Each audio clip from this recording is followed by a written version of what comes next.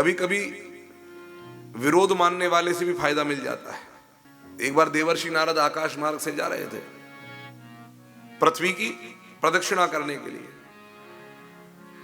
सामने एक पर्वत सुमेरु उसका नाम खड़ा हो गया। नारद जी ने सुमेरु को प्रणाम किया बड़ी सहजता विनम्रता से। हे पर्वत देव, पर्वतराज सुमेरु, आपको हम प्रणाम करते हैं। अब हमें जल्दी जाना है तो थोड़ा मार्ग दे दीजिए। सुमेरु ने कहा कि हम मार्ग नहीं दे सकते। विशाल था, अहंकार में था। नारद जी ने कहा कि अगर आपका कोई बात है तो आप कहें तो मैं किसी से बुलवा दूं। आप किसी की सुनते हो। सुमेरु ने कहा हम नहीं आपको रास्ता देंगे, आपको निकलना इधर उधर होकर निकल जाइए। बोले परिक्रमा लगा रहे हैं, सीधे ही निकलना पड़ेगा। नहीं मान।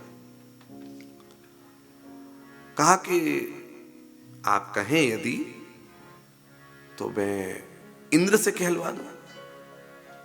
बोले इंद्र कहे तो भी रास्ता नहीं देंगे। बोले इंद्र के कहने पर भी नहीं देंगे। आप इतना सोच लीजिए अब क्या कह रहे हैं। तो कहा नहीं देंगे, इंद्र भी कहेगा तो नहीं देंगे। अब देखो, अच्छा तो वायु देवता अगर कहें तो तुम्हें ब्रह्मा जी की सौगंध है, वायु देवता अगर कहेंगे तो रास्ता दोगे नहीं दोगे। अहंकार के कारण जोश जोश में कह गया, ब्रह्मा जी की सौगंध खा के कहता हूं वायु देवता क्या कोई भी देवता कहे मैं रास्ता नहीं दूंगा। मौका मिल गया।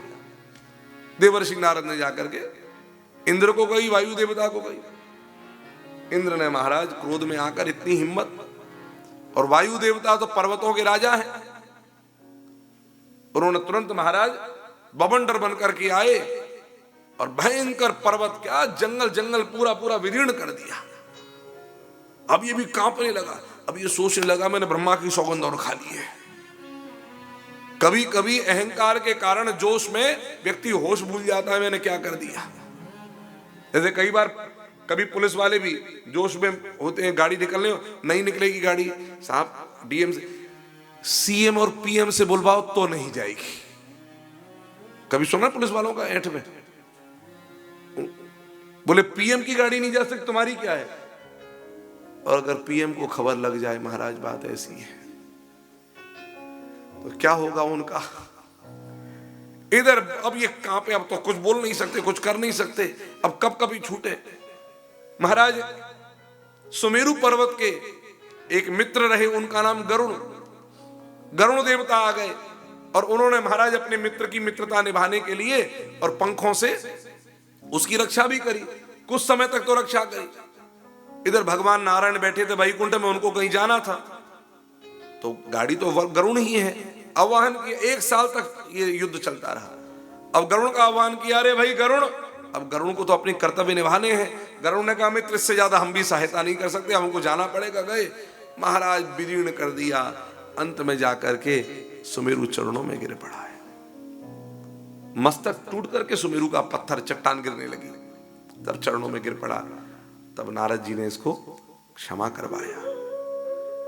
इस कथा से हमको यह चीज सीखने को मिलती है कि अगर कोई विनम्रता से आपसे बात कर रहा है तो विनम्रता का अर्थ यह नहीं कि वो कमजोर है। विनम्रता का अर्थ यह है कि उसके अंदर विनम्रता का गुण है।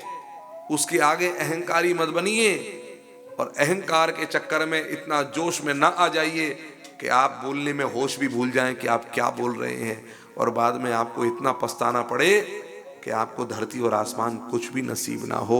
इसलिए अहंकार से बच करके रहिए।